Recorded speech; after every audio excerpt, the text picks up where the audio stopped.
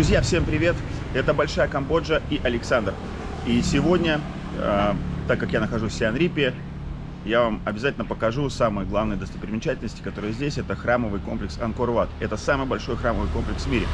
И сегодня мне и вам в этом поможет Андрей. Зовут меня Андрей, живу я здесь с 2009 года, ну и по сей день. То есть, путешествую по стране, фотографирую, снимаю видео. Отлично. Откуда ты? Я с Киева, дома был последний раз в 2018 году. Понятно. Сегодня мы с Андреем едем, и Андрей будет вам все показывать и рассказывать. Кстати, друзья, Андрей это вообще специалист по храмам. И вот он нам будет максимально сегодня рассказывать, потому что здесь человек с большим опытом, все знает про Ангкор. И в Ангкоре мы сегодня будем в тех местах, в которых не бывали другие блогеры. И рассказывать нам про такие вещи, да, Андрей? Да, попробуем. Друзья, вот смотрите, какие сделаны здесь велодорожки. Вообще город не просто преобразился, сюда было вложено очень много денег. Сколько они вложили, Андрей? Ну, около 100-150 миллионов. Начали делать большое благоустройство во время коронавируса, то есть в 2020 году. Когда город был закрыт, ну, практически вся страна была закрыта, границы были закрыты. То есть в течение 2 лет они сделали великолепные дороги, благоустроили, фонари поставили. Ну, и очень прекрасно, мне очень нравится 6-я дорога, такая широкая, огромная. То есть город пролетаешь полностью. Вообще отлично. И хорошие объездные дороги, что теперь большому транспорту не надо въезжать в город, они объезжают его по хорошим дорогам. И самое главное, что эти дороги очень построены качественные, очень качественные. То есть на лет 30 точно будут стоять. Они соблюдали все нормы. Все нормы, да. Я видел, как это все строилось, то есть контролировали, смотрели. Потому что обычно хмеры строят как расклятые. Ну, Сиам-Рип это как культурная столица Камбоджи, правильно? Это, так скажем, 2-я столица этой страны. То есть первая у нас Пномпень, а культурная столица это Сиам-Риап. То есть город начал развиваться после того, как сюда поехали туристы первые. Примерно до 10-го года это была небольшая деревушка. Вот за этих 10-15 лет вот так вот город расстроился. Ну и прекрасный он стал. Прекрасный, красивый, чистый, здесь чистота такая. И здесь, кстати, вот я так понял, что здесь вот с этой вот уличной преступностью, что там телефон вырвать, тут такого нету, как в Пномпене. По сравнению с Пномпенем и Сиам-Рипом, здесь преступности поменьше, но она везде присутствует. Но ее намного меньше. Потому что с ней здесь очень жестко борются. Ну, потому что если будет преступность, то туристы сюда не поедут. Да. Это понятно. Сейчас мы проезжаем через центр. С левой стороны у нас за рекой это парк Королевский дворец. Ну и мосты через реку Сиам-Риап. Как и город называется Сиам-Риап, так и река Сиам-Риап.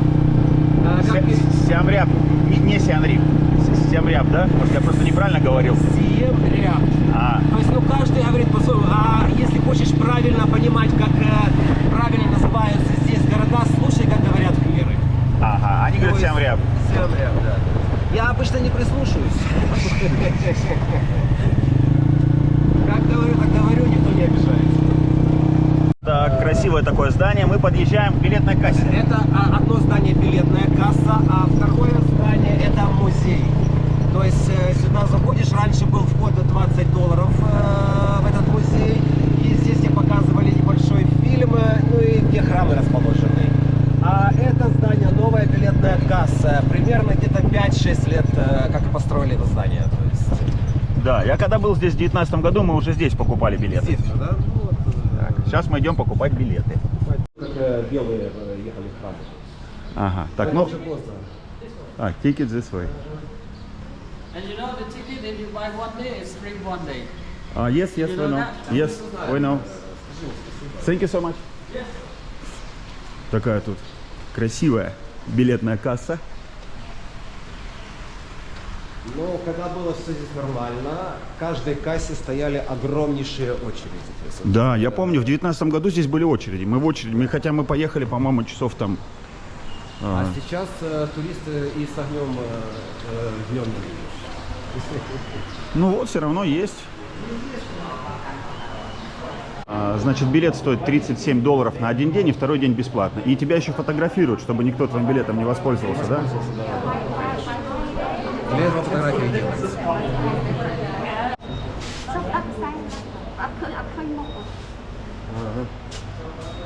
Без кепки моей нельзя.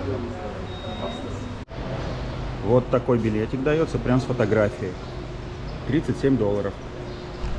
А с другой стороны, смотри. Так.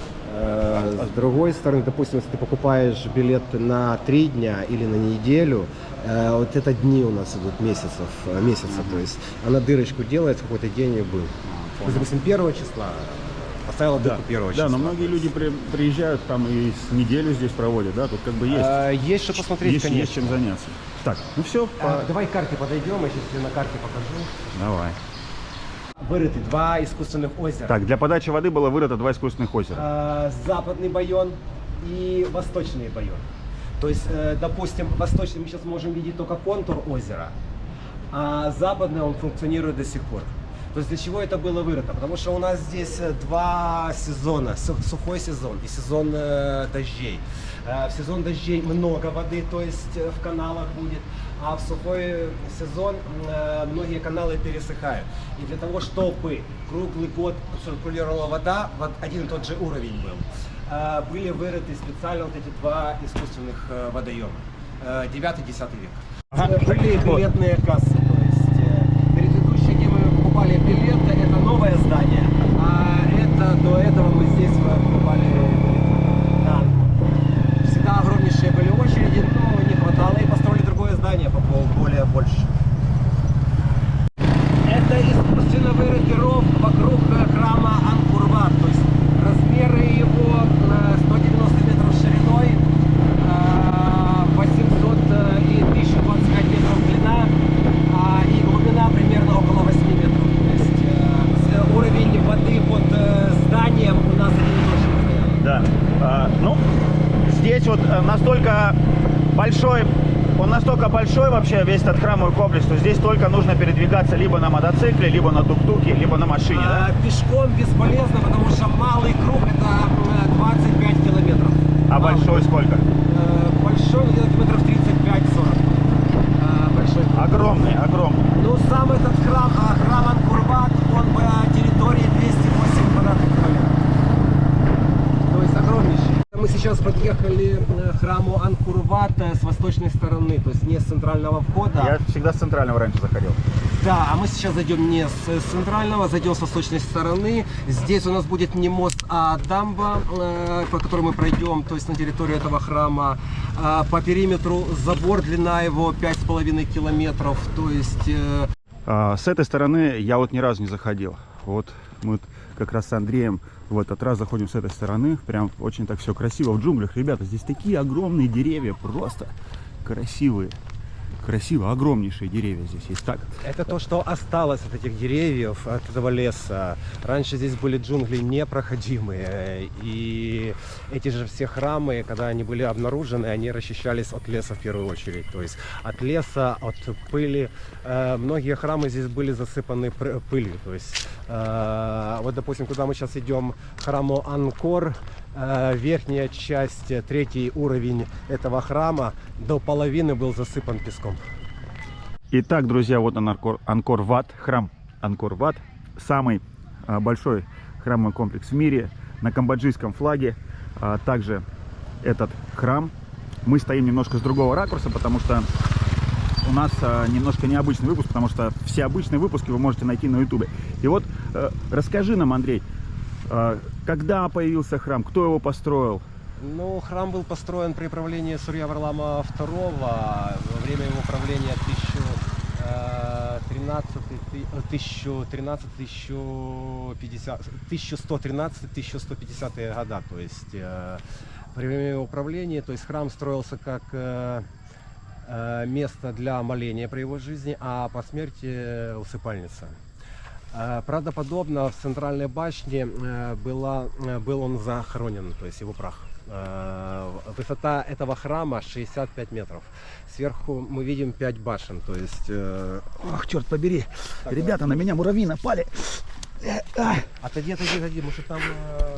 Просто напали муравьи, прям все ноги, прям все начали грызть. Кошмар такой. Так, ну ладно, мы продолжаем. То есть храм строился примерно 35-40 лет. Здесь у нас 3 уровня, то есть первый уровень идет галерея вокруг храмов, то есть их 8. С каждой стороны света по 2 галереи получается. То есть дальше у нас идет второй уровень и третий уровень у нас 5 башен, то есть 4 угловые, которые между собой соединены галереей. Ну и центральная башня, где происходили все религиозные обряды, то есть в то время. Это индуистский храм.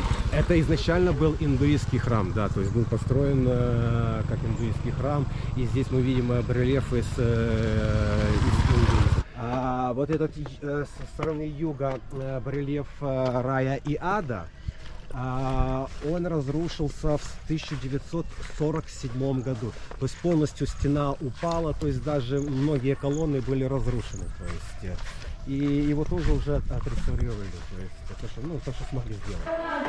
Это местные туристы. Для местных туристов вход бесплатный.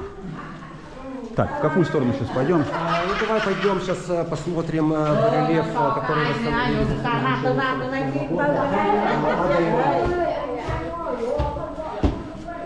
То есть, смотри, внизу у нас показан ад, что происходит с людьми в аду. Это по индуизму. Это индуизм, да. А сверху у нас показан рай. То есть вот внизу, смотри, видишь, людей связывают, на костре жгут. Где-то вот здесь вот, на гриль девают. На гриль, да. Так. А что происходит в раю? В раю по их мнению. Песни поют, люди отдыхают, хорошо живут. Ага. А в аду происходят все ужасы. Вот людей вместо дров бросают в костер. Одного человека сжигают, а других бросают вместо дров. Понятно. Мы сейчас идем дальше, у нас там будет бог Яма, который сидит не на буйволе, потому что буйвол это ездовой.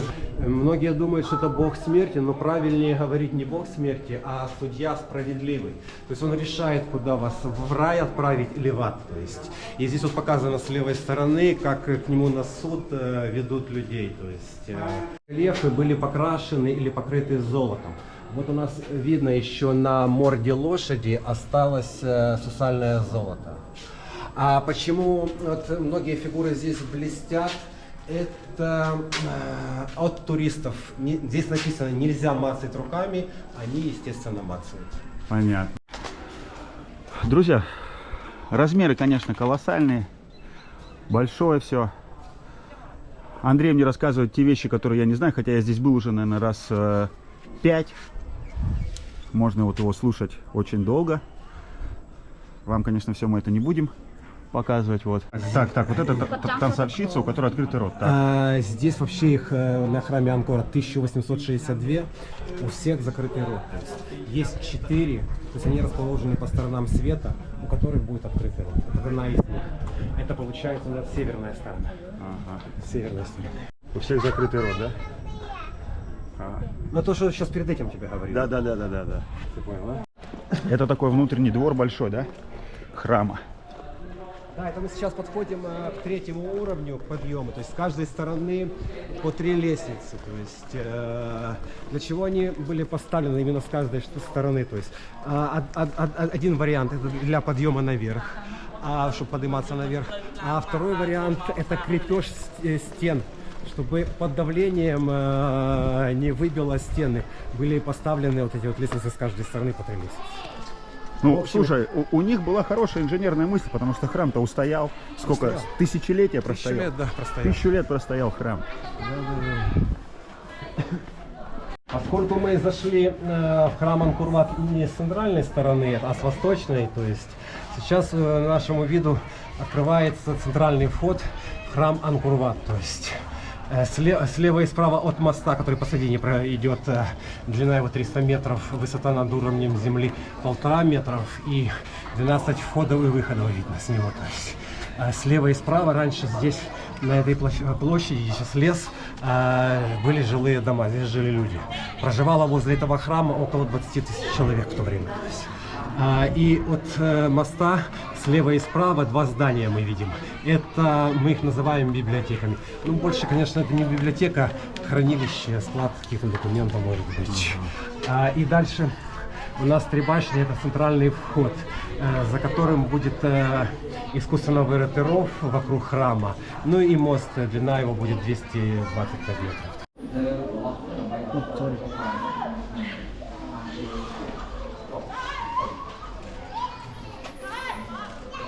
Два бассейна. От моста же опять слева и справа. То есть всегда при всех храмах буддийских или индуистских в Камбодже присутствует вода. Да, про путешественника.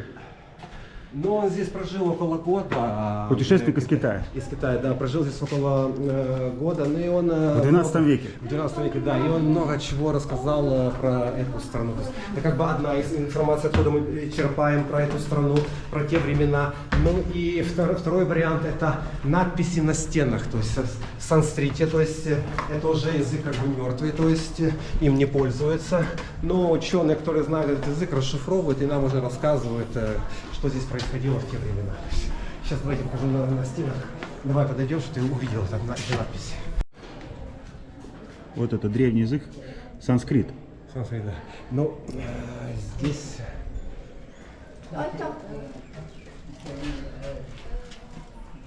В террасе, где король встречал гостей.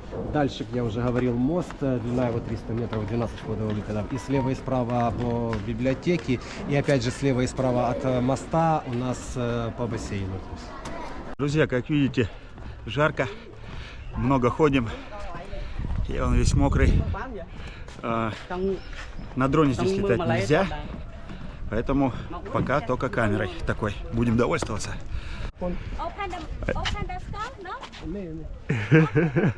Люди вот в традиционных одеждах фотографируются. Так, ты хотел сказать про здесь в день солнцестояния? Солнцестояние всегда солнце будет над центральной башней подниматься. То есть это вот они так построили? Так построено, да. То есть, и если мы, допустим, наложим карту созвездий, все эти храмы построены как карта созвездий дракона.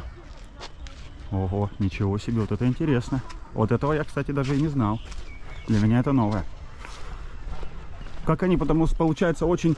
Все это высчитано. Они очень, как бы, вдумчиво относились к астрономии. Они очень ее хорошо знали.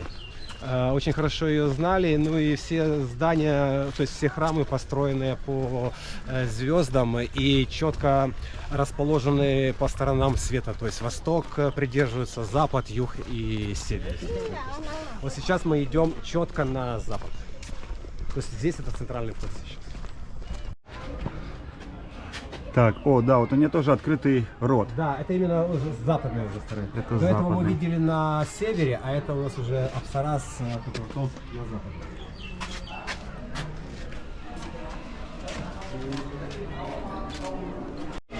Это у нас Вишну, кому этот храм посвящен, храм называется.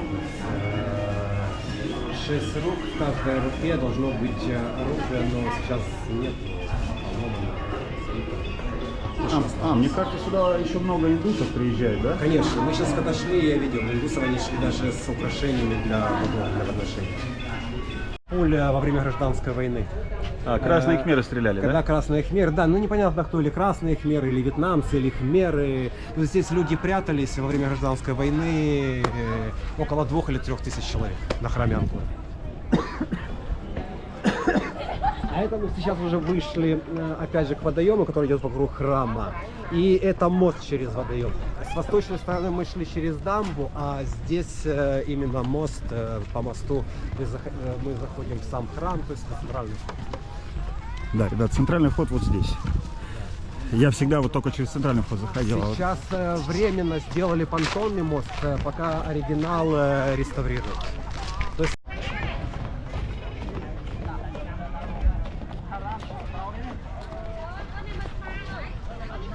Огромный храм, ребята, огромная территория. Ходить, не переходить.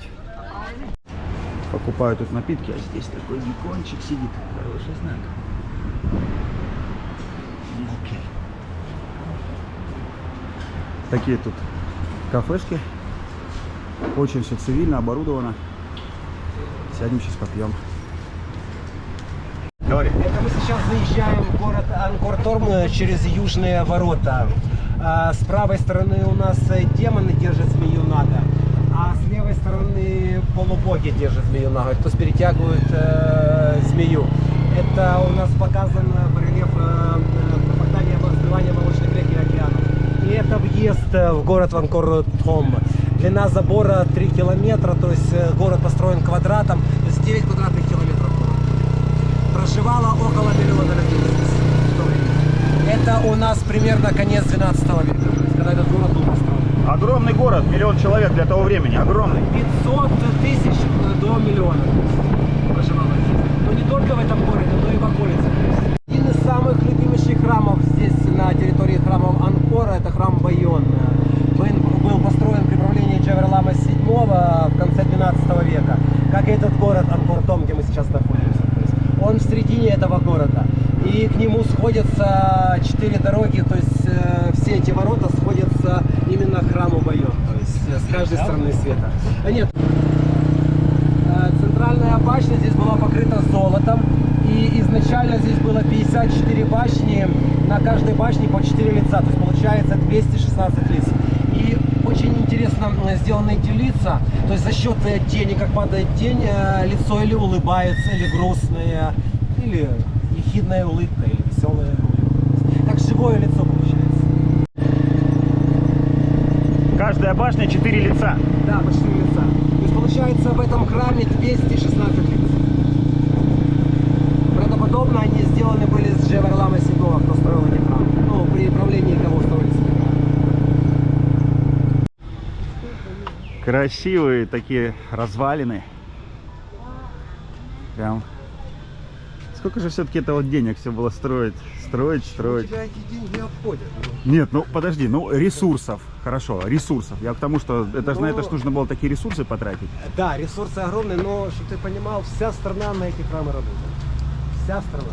Ну тогда она была вообще большая страна. Занимала огромную территорию здесь. Аж до Китая, если на север брать. Лаос, Таиланд, Вьетнам, это все была Khmerская империя. Показан здесь на барельефе ест косулю. Вот то, что раньше можно в этих реках было встретить. Да и сейчас, где еще джунгли остались, можно встретить огромнейших змей, которых я тоже встречал. Ну и рыбу где-нибудь в глухих местах споймать, где людей нет. Здесь это все показано, сражение хмеров, как они сражаются с Чампой. Чампа. А кто это? Это сейчас, вот, допустим, на карте у нас юг Вьетнама. А, понял. Нам сюда надо. Не хочешь снять, нет? Да я уже ее снимаю. Вот снимаешь, да? Здесь такие, конечно, красивые фотографии свадебные тоже будут. Вот, как видите, местные приезжают сюда на такие торжества. Своим святым.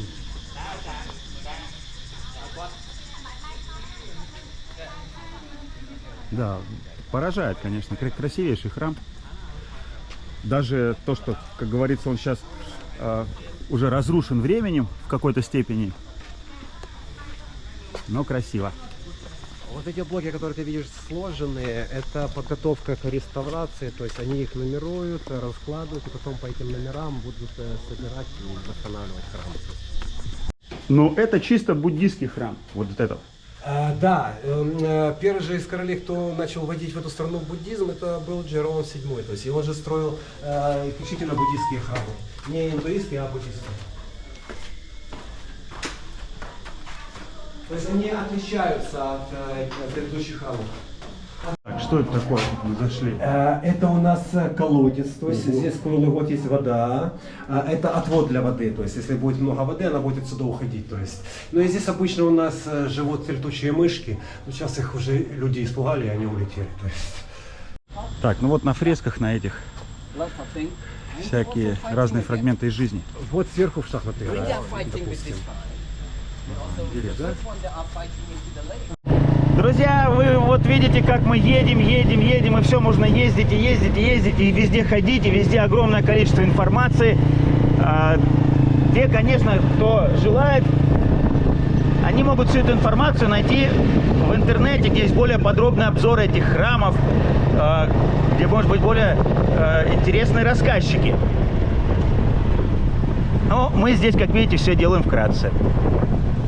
Мы заезжали в этот город через южные ворота, а выезжаем через ворота Победы. То есть они точно такие же, но просто называются воротами Победы.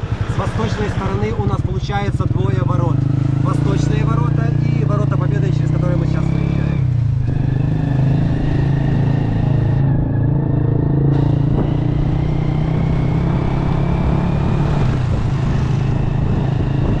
Дороги, друзья, вообще великолепные. Вот настолько все качественно они здесь сделали, прям молодцы.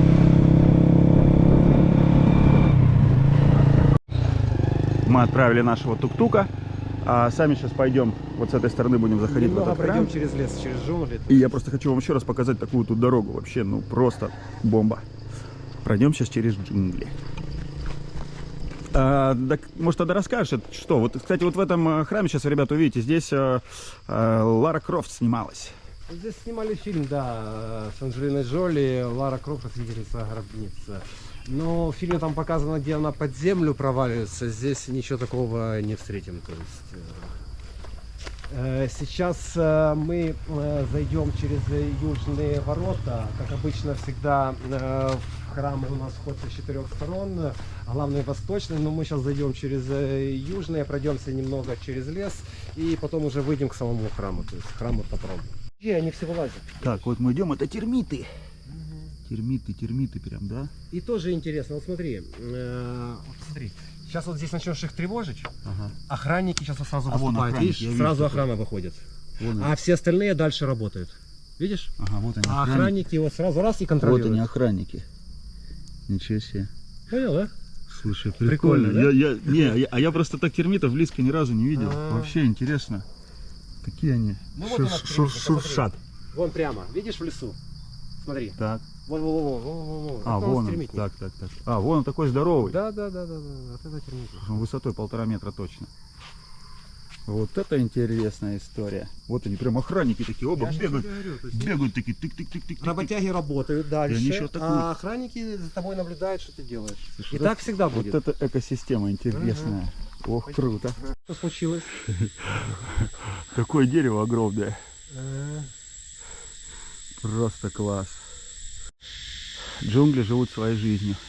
С дроном не буду рисковать, не хочу, чтобы они тут не переживали. Везде написано дрон нельзя, ладно, вот без дрона.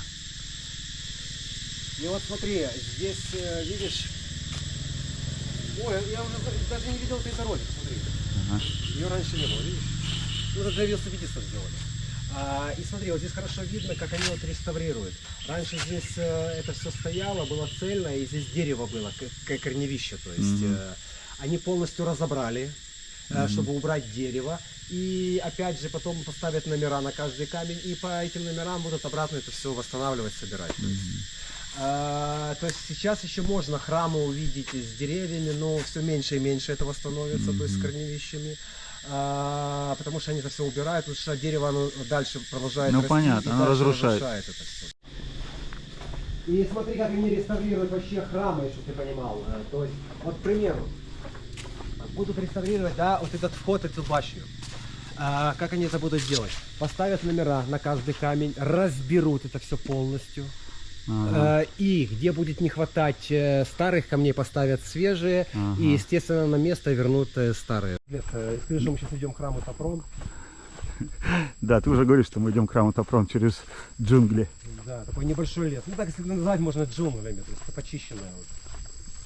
Это не настоящие джунгли. Но все равно здесь не побегаешь. Ну, Как Рэмбо голый по пояс. Это точно. Даже в этой парковой зоне. Все колючее, все цепляется. Ну и вокруг храма идет барельеф, видишь, канала тоже. Возле каждого храма есть бассейны, каналы, то есть где были, естественно, в то время все это было заполнено всегда водой. А за счет Вот тут эти плоды, да? Эти плоды коричневые, они когда попадают в воду, есть один вид рыбы, который эти плоды кушает. И когда она их съедает, эта рыба становится ядовитой для человека. Если человек эту рыбу съест, он умрет. Когда эти плоды не растут, эту рыбу кушать можно. То есть когда она не питается этими плодами, она для человека съедобная и не вредная. Интересно.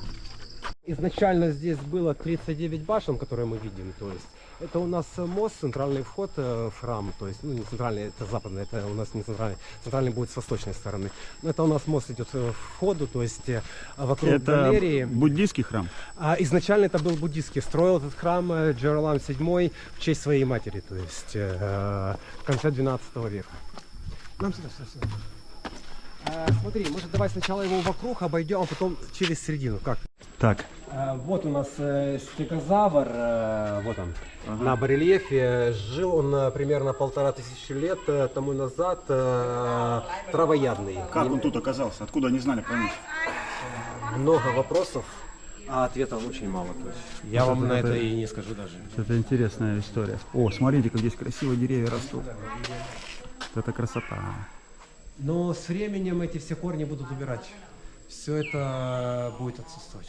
Но это еще не сейчас, можно еще успеть на эти корни. Кто? Лингам. Ленгам, не знаю. Как это не знаешь? Мужское и женское начало. Ага, лингам, так. То есть обычно, когда вот я сюда с туристами подхожу, они говорят, а что это туалет, значит, похоже. Ну, это нижняя часть лингама, то есть здесь еще не хватает у нас сверху, то есть, ну это вот оригинал, вот как вылит лингам, то есть пою. Ну, это не для видео, это просто я тебя сюда подвел, что вот оригинальный лингам. Смотри. Это дерево красивейшее. Какое дерево, ребята, как красиво. Так, заходим дальше.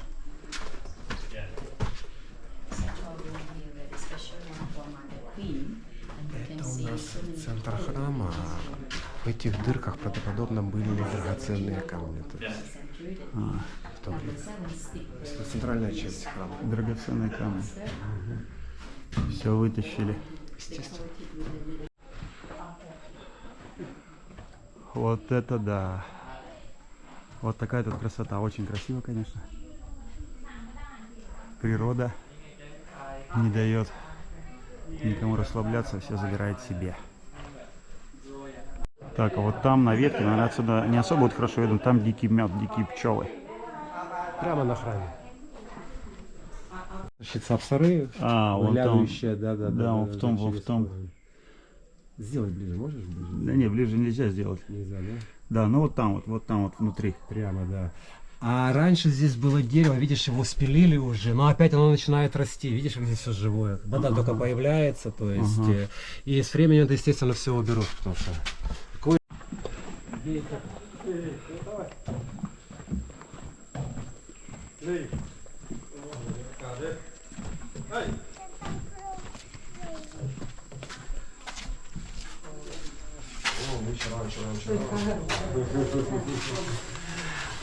На видео этого звука не будет. Слушай. То есть так рассчитано, что эхо будет только тогда, когда ты бьешь себе в грудь по кости. Так.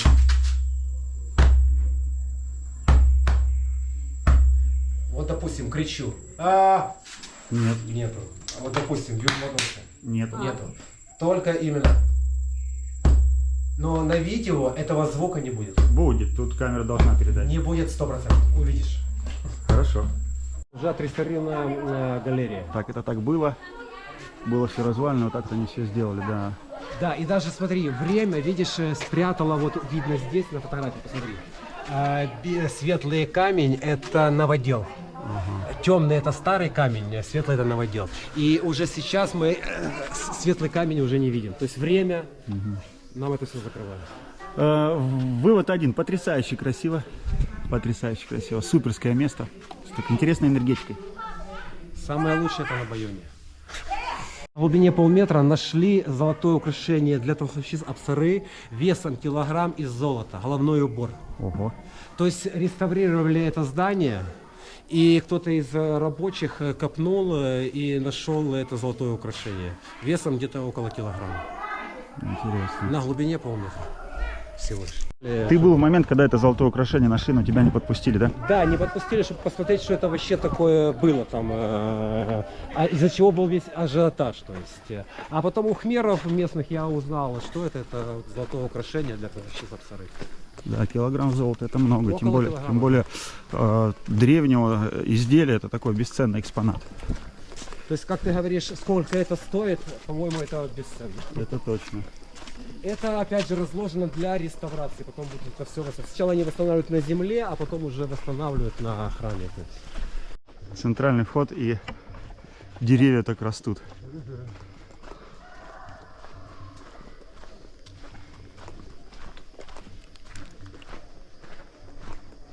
И слепые, это могут быть слепые, Инвалиды. без рук, без ног, это последствия гражданской войны.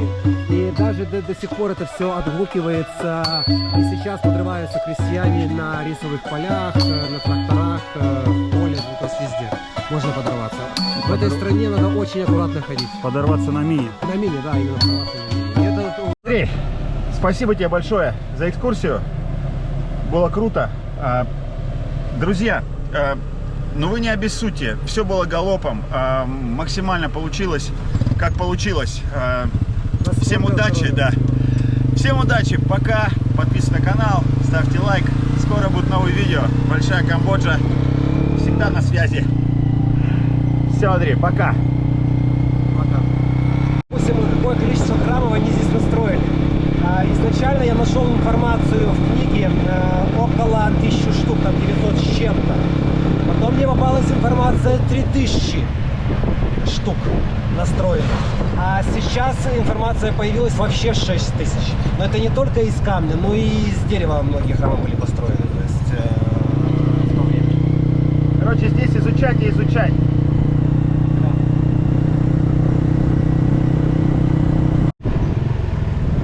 Друзья, чистота. Просто потрясающе вообще. Вот все-таки Сиам-Рип это прям вот такая культурная столица Камбоджи. Просто класс. Обязательно посетить вам нужно, обязательно. Но вот просто едешь и наслаждаешься вот этими всеми видами, зелени, утопает. Не такой жаркий, конечно же, как Пномпень. Он не такой прохладный, как Сиануквиль. Ну да. А так супер, рестораны, еда, все доступно.